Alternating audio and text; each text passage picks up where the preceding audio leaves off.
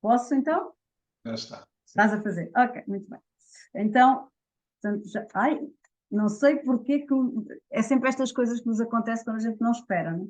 Isto começa aqui a andar, ganha vida própria e começa a andar sozinho. Pronto, portanto já tínhamos falado do alinhamento. Então, começando pelos pressupostos, eu vou fazer sempre isto para corrigir, porque o meu computador não está a querer ajudar. Então, isto seguramente não é nada que, sobretudo, então estamos aqui na secção temática, não é? Das de classe, políticas públicas e, portanto, a desigualdade também tem aqui uma importância muito grande e é um conceito bastante trabalhado e temos também a parceria do Observatório das Desigualdades para este ciclo.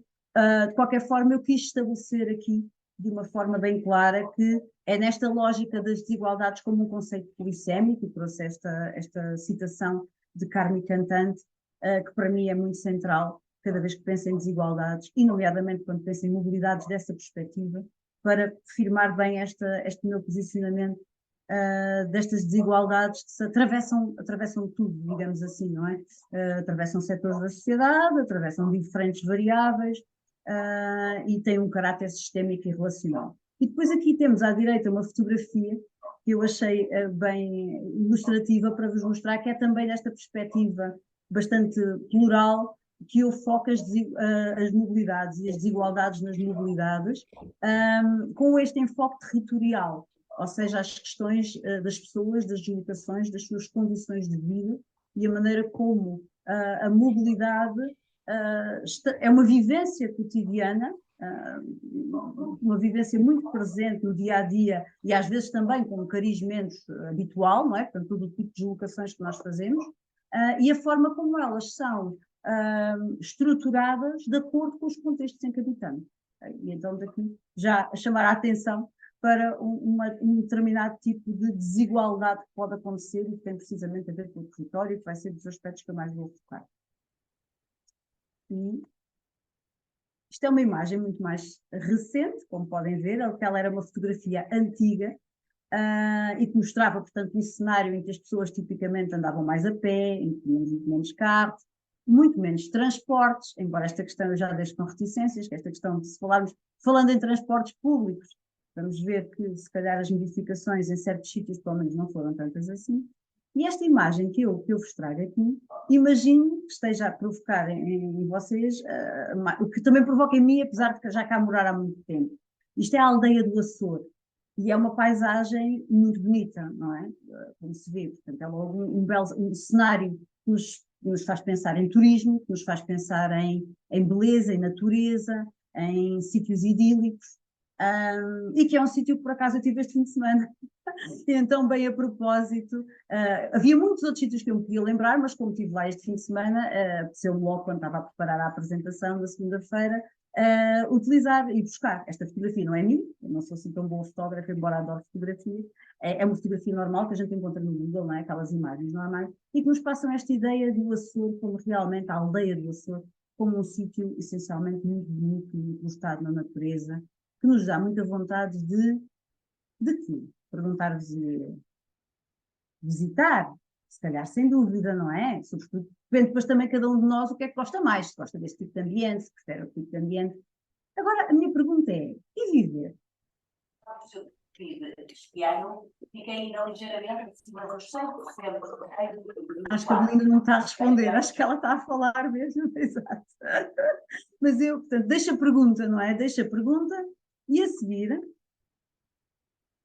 trago-vos aqui algumas informações de como é que é viver na aldeia do Açor. Eu tive, como vos disse, estive lá, fui a uma caminhada de um grupo de caminheiros que eu participo e que já falo disso no final, que ando também a trabalhar em termos de investigação, e a caminhada acabava no Açor, onde havia um festival este fim de semana, que é o Festival da Maúnça, que é um festival muito giro, que eu recomendo, porque é bastante genuíno, mais do que outros que já são mais, digamos assim, depois também daria muita discussão, não é? Mas mais contaminados pelo turismo, como vamos ter, por exemplo, este fim de semana aqui na zona, que é o Festival dos Míscaros, está a tornar-se assim uma coisa bastante global. Isso tem vantagens e desvantagens, mas em contrapartida a Maúnça é muito engraçado porque é ainda uma coisa muito pequenina, muito incipiente, que se calhar do ponto de vista de quem lá está como feirante não é brilhante, não é? Porque não traz tanta gente, mas do ponto de vista depois da experiência do visitante é muito engraçado porque de facto é muito local.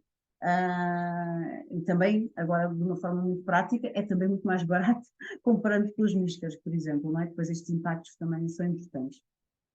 Nesta altura o Açor tem mesmo assim mais gente, sobretudo gente da zona, não é tanto gente de todo o país, mas tem mais gente. Mas de uma maneira geral é uma aldeia realmente muito pequenina, com umas acessibilidades, tem estrada, mas é relativamente complicado, porque tem muitas curvas, é uma estrada de serra, portanto é de facto uma aldeia daquelas típicas que tem perdido população, que tem perdido uma quantidade de serviços, etc. Não é? E eu trago aqui estes dados bastante recentes que fui buscar, especificamente, portanto temos um PIB per capita, como vocês veem, daquele valor, 14.700 e tal. Eu meti entre parênteses o da AML para nós compararmos, a área metropolitana de Lisboa, e emblematicamente é o terceiro mais baixo do país. Por acaso, eu quando escolhi a aldeia pelas razões que vos disse, não sabendo que estava tão mal, digamos assim, mas também sei que toda a zona aqui da Beira Interior tem um PIB muito baixo comparativamente com a média do país e depois especificamente as áreas mais elevadas, como é o caso dos concelhos da área metropolitana de Lisboa, sobretudo algum onde é precisamente mais elevado. O poder de compra é a mesma coisa, portanto, como podem ver, 71% relativamente aos 100% de Portugal, e temos depois a situação da área metropolitana de Lisboa, que é o mais alto, com 128,5%. Depois, ali também, o sinal de que não há rede, e isto foi uma das coisas que me chamou a atenção, rede telefónica, estou eu a dizer, não é? Não sei internet não sei, não questionei, mas esta tive a oportunidade de constatar, porque é de facto uma coisa que afeta muito, ou seja, as pessoas, para falarem, têm que ir ao cimo da aldeia, têm que ir a sítios estratégicos, e depois, muito especificamente, as questões da mobilidade, trago-vos aqui esta imagem que fui buscar e perguntei lá, a gente está sempre, é? Nós sociólogos e sociólogas estamos sempre, no fundo, estamos sempre a investigar. E eu a conversar com as pessoas lá perguntava, o que é que isto é de transportes públicos? E falaram-me deste autocarro, que é um autocarro, como é um cenário muito típico aqui da região, que são autocarros que existem por causa do transporte escolar, exclusivamente. Ou seja, quando estamos fora do período escolar, férias, fins de semana, não há este autocarro. Okay? E existe de manhã e à tarde, 20 vezes por dia. A quarta-feira, ainda por cima, é um dia especial. Segundo me explicar, ele no horário aqui nem aparece, afinal há, mas não há ao fim do dia, porque supostamente as crianças voltam mais cedo, porque é o dia em que há dispensa de aulas à tarde. Portanto, é todo um contingente em que viver na aldeia do Açor, sem carro, é, em pleno século XXI, 2023, viver bastante isolado. Tendo em conta que temos uma população, sobretudo idosa, que muitos já não conduzem, em alguns casos, sobretudo das mulheres, nunca conduziram, portanto, são pessoas que estão ali sempre, não necessariamente porque queiram ou porque possam, porque muitas vezes precisavam de se deslocar, por exemplo, para ir ao médico, para determinados serviços, mas estão bastante constrangidos nas suas mobilidades. Desculpem, vou fazer isto várias vezes. Isto, portanto, estávamos a falar aqui das questões foi para começar a introduzir esta questão das desigualdades e a mobilidade, um pouco, não é? Um outro pressuposto que eu tenho aqui também e que, portanto, para esta apresentação e que tenho de uma maneira geral que digo por ele, é o pressuposto da interseccionalidade, ou seja, que vem muito dos estudos de género, lá está os tais cruzamentos que eu falo, foi pelos estudos de género que eu contactei com este conceito, portanto, da Kimberley Threshold, que, portanto, esta é a definição que eu trago, por acaso esqueci de pôr aqui, falhou-me pôr aqui o nome dela, é uma definição de 2002, e isto depois aqui é a roda, digamos assim, dos acessos, das interações que nós temos na nossa vida, é uma proposta que eu acho interessante também, mas o que eu quero frisar é que é também utilizando este conceito que eu olho para as questões das mobilidades. Ou seja, as mobilidades são desiguais a muitos níveis, ou seja, entre locais, entre pessoas, e depois, de acordo com, por exemplo, Portugal em comparação com outros países, a nível da nossa rede de transportes, a nível da maneira como, dos nossos padrões de mobilidade, mas depois também não podemos falar das mobilidades em Portugal de uma maneira geral, porque temos que pensar mobilidades para quem, ok? E então temos que pensar em mobilidades de quem? Temos que ver também as questões, somos homens, somos mulheres, e marcas ainda uma grande diferença, somos crianças, somos jovens, somos adultos ou somos idosos, temos determinados rendimentos ou não temos, portanto, há aqui uma série de fatores que se atravessam e se cruzam e marcam diferentes formas de viver e de ser ou não ser, portanto, ser móvel ou de não ser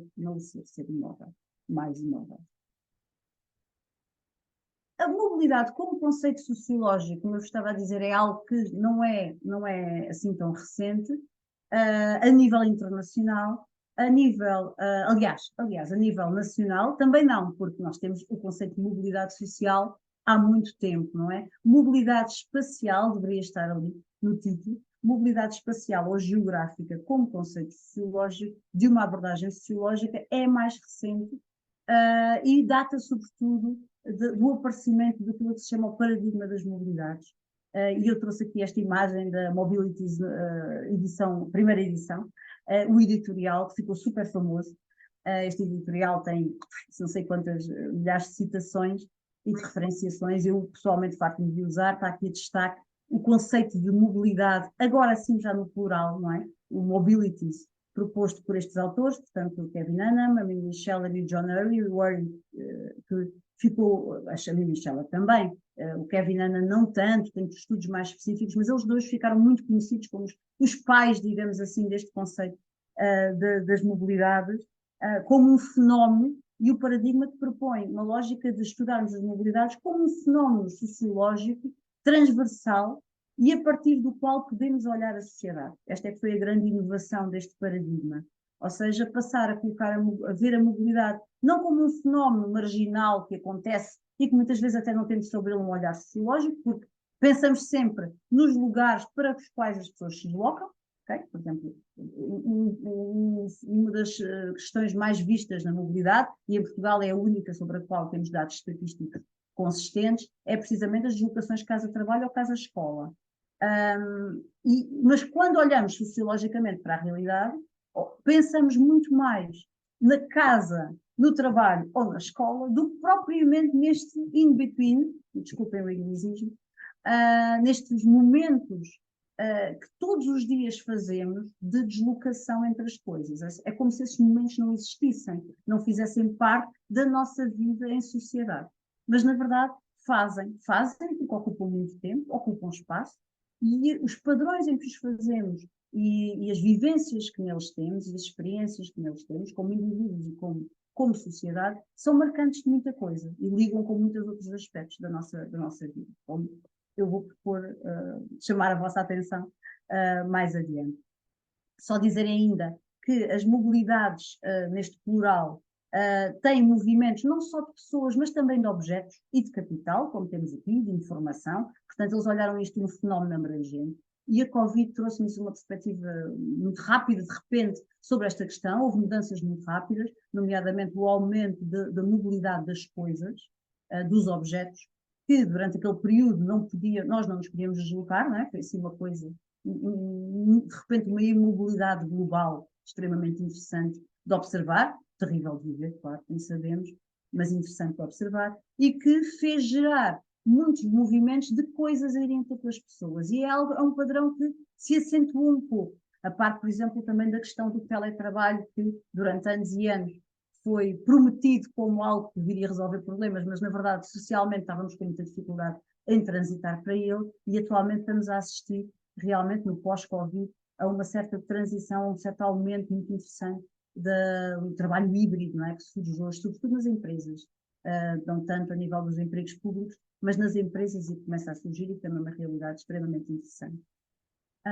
Portanto, é de facto um fenómeno complexo, multidimensional, com impactos muito grandes e que, a meu ver, mas tenho tudo sobre o ombro de gigantes, não é? Todos estes autores chamam muito a atenção, que sociologicamente tem muita importância, que diz muito sobre a nossa sociedade, não só diz como constrói também muito a nossa sociedade.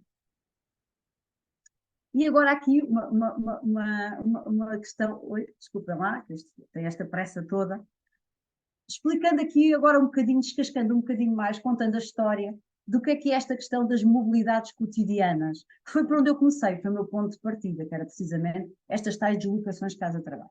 E eu tenho aqui, portanto, esta história, que é a história de uma casa onde habita, digamos assim, uma família normal ou típica, que é sempre muito relativo, não é? Como nós sabemos.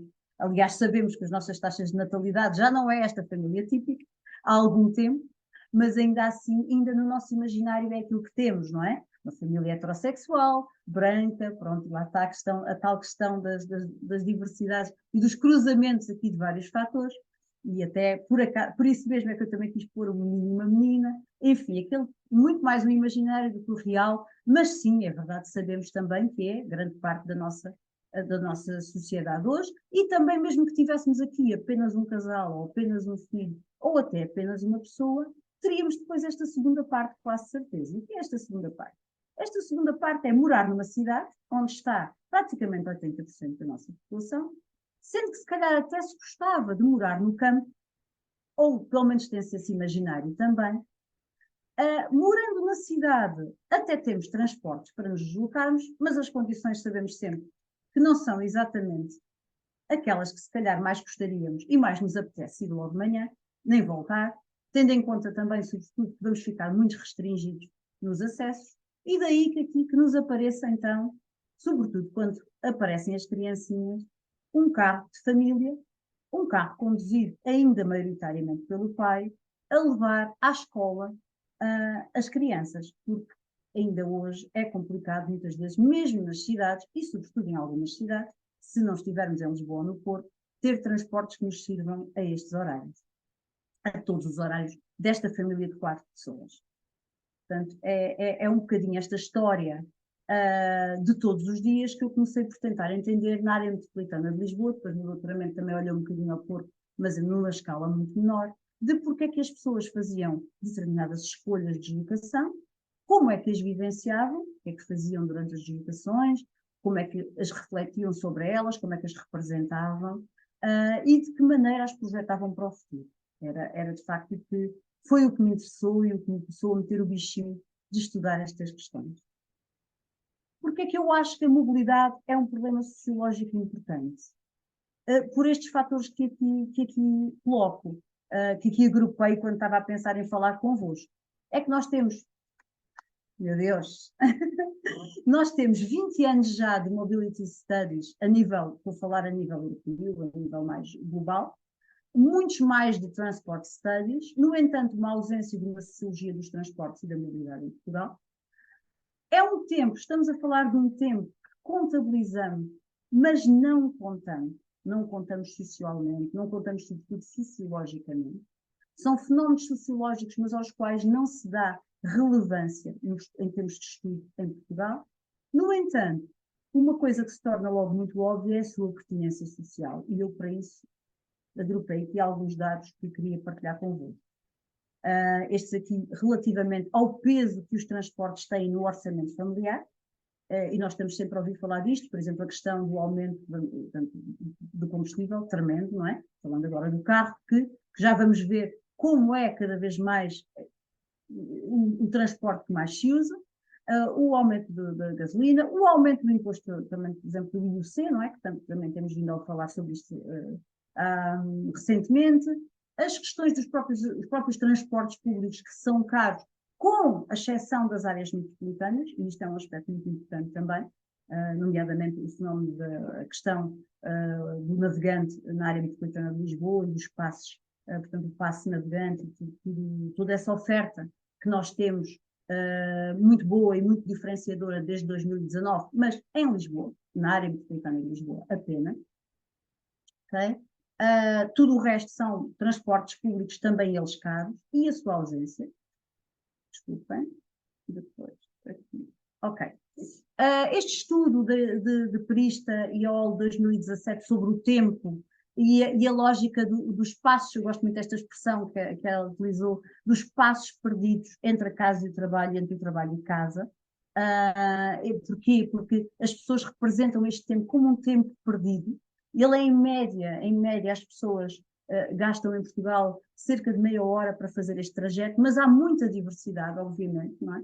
E estamos a falar de meia hora porque, já vamos ver, o carro é essencialmente por carro que se faz, porque senão seria muito mais. Porque 34, os últimos censos também nos mostraram que 34% da população que trabalha em Portugal, estamos a falar de 4,4 milhões de pessoas, trabalham num concelho diferente daquele onde habitam. Portanto, quando falamos que pode ser áreas limítrofes, e a partir daí poderia até, eventualmente, acontece, ser uma deslocação que seria efetuada, poderia ser efetuada a pé, mas na maior parte dos casos estamos a falar de distâncias que, nos dias de hoje, nós consideramos que estamos à espera, e eu estou a dizer nos dias de hoje, porque quando começou a sessão, e alguns de vós não estavam, estava a comentar com o Pedro, que a maneira como hoje nós vemos uma distância de 2 quilómetros, em termos dela ser acessível de forma a pé, pedonal ou não, também mudou muito, não é? A maneira como representamos as deslocações e a possibilidade de as efetuarmos está muito diferente, não é? E muitas vezes consideramos que 2 quilómetros ou 3 quilómetros já é muito para ir a pé, vai nos consumir muito tempo, porque isto é sempre equacionado muito mais em tempo do que em espaço, e que por isso mesmo precisamos de um transporte para o fazer. Como, a maior parte das vezes, esse transporte não tem condições, não tem condições que nos sirvam em termos de serviço público ou coletivo, o carro é visto por nós, representado por nós como essencial. Ou um veículo motorizado, mas em Portugal, maioritariamente, o uso é precisamente do carro. Portanto, 25%, aqui neste estudo ainda é anterior aos censos, de 2021, e neste estudo chamaram a atenção para as deslocações mais longas, e é 25% das pessoas, e estamos a falar da área metropolitana de Lisboa só, demora mais de 45 minutos para fazer este percurso, portanto, casa-trabalho. Okay? Portanto, ainda é um contingente elevado. Há também, já nem falar, das deslocações de longa duração ou de longo curso, têm vindo a crescer, e os alongamentos das deslocações também têm vindo a crescer desde 2001, que se nota esse alongar, ou seja, as pessoas, também potenciado pelo uso do carro, fazem cada vez mais quilómetros para ir trabalhar e então levam efetivamente 45 minutos, uma hora, mas representam isso como possível, como execuível, ao invés de mudar de trabalho ou mudar de habitação. Claro, o que nós compreendemos, atenção, não é? De facto, muitas vezes bem mais complexo mudar de casa ou mudar de trabalho do que arranjar um carro para fazer uma deslocação que nos leve uma hora para lá, uma hora para cá diariamente. Mas são 2 horas que as pessoas despendem nesse percurso, não é? São 2 horas que é considerado tempo perdido. É o que este estudo nos traz e eu acho isso muito interessante. Aqui, relativamente aos dados do último censo, reparem, do último censo e não só, portanto, é a evolução. Eu estudei esta questão na altura, quando eu comecei a estudar para o meu mestrado, eu só tinha a transição, chamava-se, portanto, era uma inversão da tendência modal de 91 para 2001, que foi, de facto, um boom enorme do uso do carro, foi quando aconteceu, portanto, já lá vão 20 anos, não é? E foi mais, se pensarmos nos anos 90, e foi precisamente quando todo o estilo de vida em Portugal, todas as condições de vida das famílias também, ao nível do consumo, dos rendimentos, permitiu que as pessoas pudessem, de facto, adquirir massivamente um carro, ter um carro, muitas vezes 2 carros, não é? Com os 2 ordenados, porque foi também a entrada das mulheres no mercado de trabalho, foi acontecendo desde os anos 70, cada vez mais, e permitiu que, efetivamente, as pessoas fizessem esta mudança e passassem a deslocar-se maioritariamente, portanto, de carro, quando, nos anos 90, ainda iam maioritariamente transportes públicos. Depois este crescimento, em 2011, continuou, o que foi, de alguma forma, surpreendente, porque o contexto foi mudando, sobretudo a partir de 2008, se bem se recordam da crise que tivemos, não é? E em 2021 notamos um crescimento já muito menos acentuado, não é? Mas ainda continua a crescer. Eu chamo a vossa atenção, sobretudo, para o facto de que tudo o que se tem tentado apostar em termos de políticas públicas e de sensibilização para as questões da sustentabilidade, do ambiente, da mobilidade suave.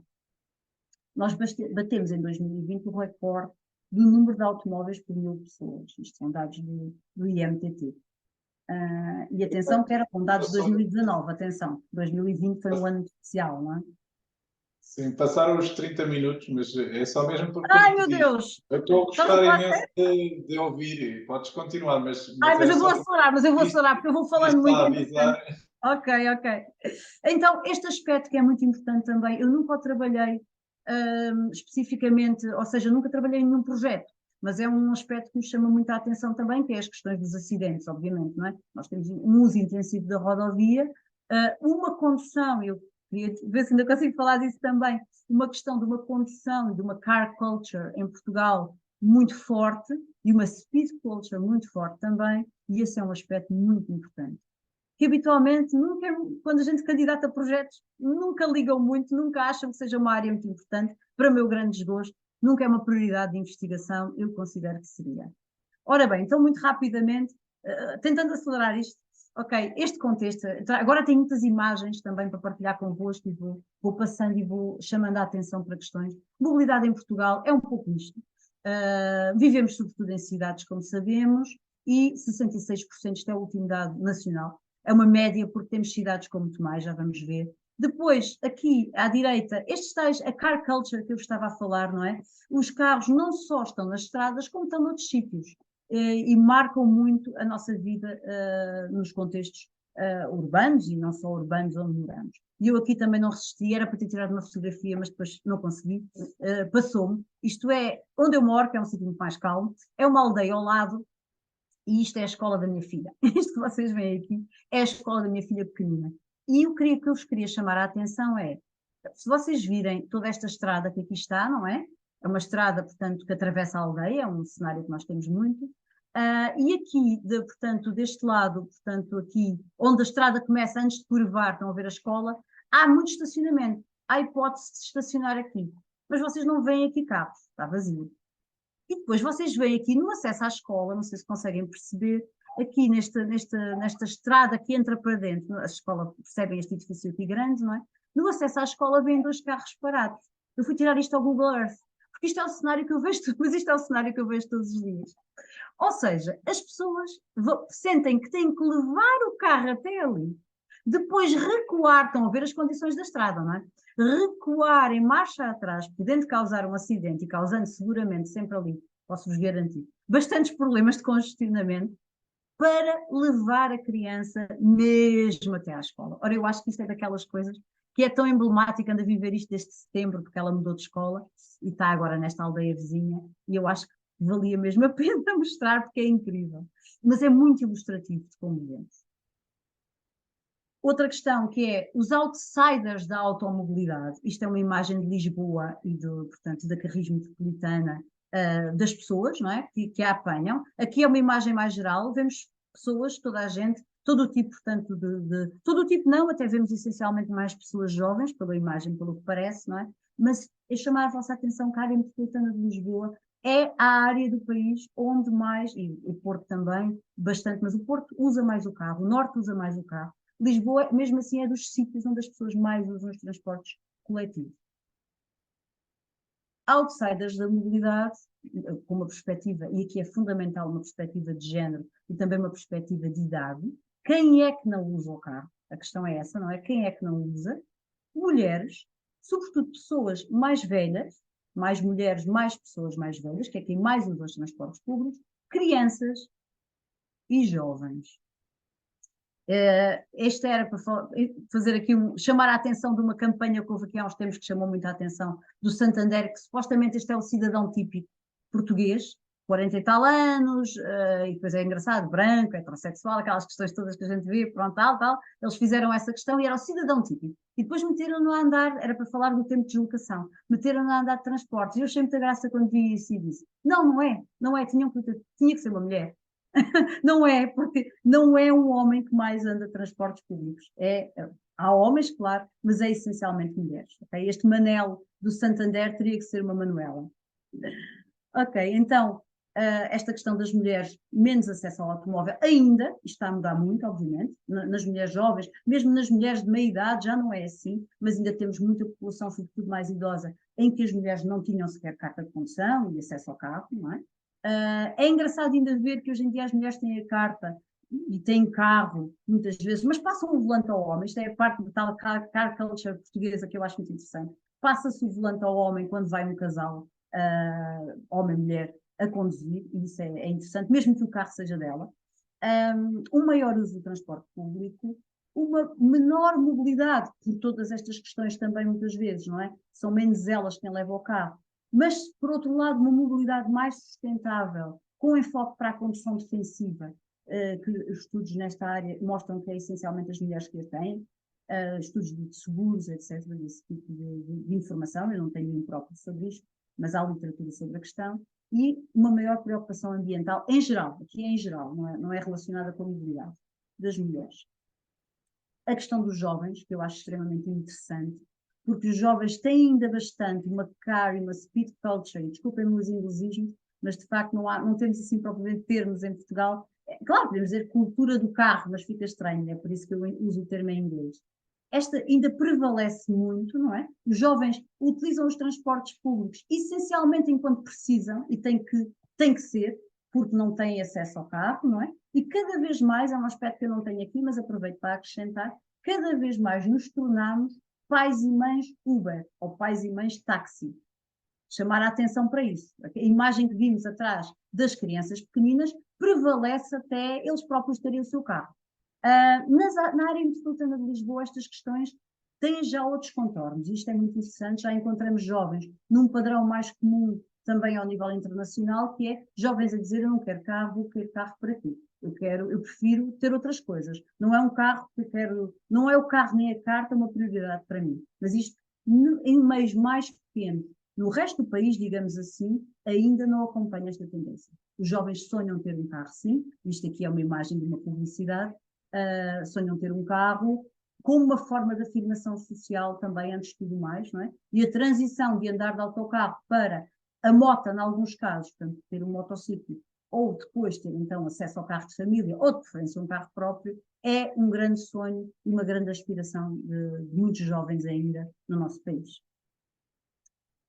Eu tenho um pequeno artigo sobre isto no Barómetro, na plataforma Barómetro Social, só a dizer, chama-se assim: Carris Metropolitano e a Revolução Prometida, é a analisar um bocadinho mais em detalhe, de um ponto de vista etnográfico, tenho andado a fazer algum trabalho nisso, a questão da transição para a mobilidade sustentável na área metropolitana de Lisboa, que é uma área que eu continuo a acompanhar, mesmo à distância, que me interessa muito, e isto aqui é uma imagem do navegante e os preços incríveis que permitiu, eu digo incríveis, comparativamente ao ano passado, em que era um triplo, o triplo, pelo menos, um passe metropolitano nessa altura, um passe que nem era metropolitano, atenção, era um passe, por exemplo, que desse acesso a um concelho da área metropolitana de Lisboa, a Lisboa, não é? Combinando o autocarro, tipicamente havia autocarro, com passe urbano em Lisboa, custava muito mais de 100 euros, custava 100 e tal euros, 120, 130 euros, não é? E agora tem estes valores, não é, de 40 euros, e com ainda a hipótese do passe família, que também é uma questão muito interessante. Ainda assim, isto é um projeto que eu tenho, que é o Português Sabado, como eu lhe chamo, é um projeto sem financiamento, aquelas que a gente vai fazendo porque gosta, não é? A observar esta transição para a mobilidade suave, e que eu destaco que é uma transição que tarda bastante, está muito complicada de ser feita, mesmo nos sítios onde temos mais transportes. E isto é uma frase que eu adoro, que foi ouvida no meio de uma etnografia na área metropolitana de Lisboa, dita por uma senhora, atenção, são elas que mais usam, mas uma senhora que, eu não sei a idade, não é entrevistada, foi uma audição no meio de uma etnografia, em que a senhora dizia, conversando sobre as questões dos transportes: eu sou lá mulher para andar de autocarro. E isto, a meu ver, é uma frase muito emblemática da desvalorização social que nós temos em Portugal do transporte coletivo. É uma coisa muito marcante da nossa cultura, não é? O transporte coletivo é algo que se utiliza porque não se tem uma alternativa melhor, e a alternativa melhor é claramente o automóvel próprio, não é? Quanto melhor, melhor. Ou seja, quanto o automóvel for um automóvel mais caro, com uma série de características que são socialmente valorizadas, melhor. Ora, aqui as questões do território, que eu queria, agora estou assustada com o tempo, mas pronto, portanto aqui é a concentração, portanto, estamos a olhar à concentração populacional, são dados recentes de INE que eu fui buscar. Aqui estamos a ver a questão dos acessos a automóveis, ok? Vou deixar mais esta, porque aquela era mesmo só para mostrar que moramos essencialmente, continuamos a morar essencialmente no litoral, acentuou-se, continua a acentuar-se essa questão. Reparem, andamos mais de carro, era o que eu estava a dizer, andamos mais de carro Mesmo assim, porque andamos mais de carro, também temos mais gente, atenção a isso, não é? Porque se formos a ver, nós no interior anda-se muito de carro, não há muitas alternativas. A questão é, anda-se mais de carro, está mais concentrado nestas zonas e aparece-nos mais escuro, porque também são mais pessoas. Temos que dar desconto a isso, não é? Mas é interessante verificar, por exemplo, que o Porto sofre, a área metropolitana do Porto, apesar da oferta que tem de transportes públicos, as áreas metropolitanas são as que têm mais, ainda assim há um peso mais forte do automóvel do que em Lisboa. Em Lisboa começa a haver, de facto, uma transição para a mobilidade sustentável com algum vigor. Isto facilita, claro, não é? Porque também há condições, ok? Há condições. Não quer dizer que não se utilize muito o carro ainda em Lisboa, não é? Mas há muitas alternativas. É essencialmente o que eu quero mostrar com este mapa dos transportes em Lisboa, não é? Temos metros, temos autocarro, temos comboio, temos uma série de... É a rede mais completa que temos. Nem se arranja uma imagem da rede do mapa dos transportes aqui. Eu procurei e não encontro. Não a encontro em lado nenhum, se tiver está bem escondida. Ok? Eu escolhi aqui o Castelo Branco, o distrito de Castelo Branco, porque também é o que eu conheço melhor, não é? De cá estar, também já o ter estudado um pouco. Os transportes interurbanos fazem-se através da Transdev, aqui na zona. Apesar de ser reconhecido que faz falta, que muitas pessoas fazem um colega meu, Domingos Vaz, fez já há algum tempo, não é recente, mas de qualquer forma continua muito atual, um estudo sobre os fluxos entre estas cidades e são muito significativos. Ou seja, muitas pessoas trabalham na Covilhã, moram em Castelo Branco, vão diariamente Fundão, Covilhã, não tanto os outros sítios, mas sobretudo este eixo, Castelo Branco, Fundão, Covilhã e depois até já fora do distrito de Castelo Branco, Guarda, é um eixo que é muito percorrido. Não há oferta, ou seja, há este transporte da Transdev, há o comboio, com todos os problemas que nós sabemos, a linha teve muito tempo fechada, agora abriu, tem uma referida à linha Covilhã-Guarda, mas os horários são bastante restritivos, não é? E os preços são muito altos. Tem nada a ver com o navegante, não é? Uma viagem entre o Fundão e a Covilhã, portanto, num autocarro não escolar, portanto, não falando do tal autocarro escolar, um autocarro da Transdev, por exemplo, custa 5 euros. Estamos a falar de 15 km. Portanto, efetivamente, é um passe também bastante caro. Dizer também, gostava de frisar este aspecto, que são transportes que são coletivos, mas não públicos. Nós falamos muito em transportes públicos. Eu gosto muitas vezes de usar o termo coletivo, porque na verdade eles não são públicos, não é um serviço público de transporte, é um serviço que foi privatizado e como tal tem que ser rentável. E portanto, se não é rentável, se não há pessoas suficientes, não há linhas, não há carreira. Então temos este paradoxo. E eu, se calhar, este nível fica aqui para não tomar demasiado tempo e depois passo só para o ponto final. Que eu gostava de destacar é um paradoxo que continua, não é? O que é que nós fazemos com a mobilidade? Porque se por um lado nós temos a questão de a mobilidade traz imensos problemas como a poluição, problemas de ambiente, problemas de qualidade de vida, problemas sonoros, não é? Nas áreas onde ela é muito intensa, como as áreas metropolitanas, nas zonas rurais. Também temos muita mobilidade automóvel que enche as estradas e atravessa as vilas, mas temos depois, sobretudo, um grande problema que é o da falta de mobilidade de algumas pessoas, sobretudo pela falta de acessibilidade que isso gera. Okay? Sobretudo pela falta de acessibilidade. Na verdade, temos aqui esta contradição. Queremos diminuir a mobilidade, ou pelo menos mudá-la, não é? Mudar os seus padrões nos locais, queremos diminuir pelo menos a mobilidade rodoviária e aumentá-la noutros, porque noutros nós não temos hipótese de fomentar devidamente a mobilidade sustentável. O que é que fazemos com esta questão? Não temos vindo a fazer grande coisa, diga-se. Ok, e então eu agora tinha aqui bastantes coisas para vos falar, mas só apresentar-vos, tenho só que dizer esta parte, porque tem muito a ver com a tal pesquisa recente que eu tenho, que tem vindo a estudar a mobilidade também de outros aspectos, e nelas é central este conceito de mutilidade, que já tem algum tempo do Kaufmann, não é tão trabalhado, é muita coisa, mas não é, novamente em Portugal, sobretudo, não é tão acionado, que descreve a mobilidade como capital. Capital muito social, neste sentido, não é? E também de uma perspectiva do indivíduo, não é? É o potencial e a capacidade real de pessoas, informação ou pessoas, de serem móveis, geográfico e socialmente. Porque a lógica deste conceito, e o que eu tenho vindo também a acionar nestas investigações, é que a mobilidade geográfica, e daí eu estava a falar agora de que a mobilidade essencialmente queremos potenciar a acessibilidade, mas a própria mobilidade em si, e essa foi uma das conclusões do meu doutoramento, também ela própria traz coisas às pessoas. Este sentimento de liberdade de nos podemos deslocar, que traz às pessoas, podemos escolher, fazer a agência de fazer as nossas opções. Eu quero ir ali, eu quero fazer assim, eu quero participar, eu quero assistir àquele espetáculo, eu quero participar daquele coletivo. Estas decisões por trás de acesso, a competência para gerir os recursos existentes de mobilidade, nossos e ao nosso dispor, e a apropriação da mobilidade, nomeadamente portanto, no seu, digamos assim, ponto mais lúdico e de vivência, de prazer e, portanto, e de tempos livres, que é, por exemplo, as viagens, não é? O seu aspecto realmente mais, digamos, menos cotidiano, embora também possa ser, há pessoas que viajam muito mais, não é? Temos hoje todas as questões dos nómadas digitais, dos nómadas não digitais, etc., não é? Pessoas em mobilidade, mas este uso da mobilidade para usufruir de tempo livre e de momentos de lazer e de fruição, é também ele próprio importante do ponto de vista da vida das pessoas.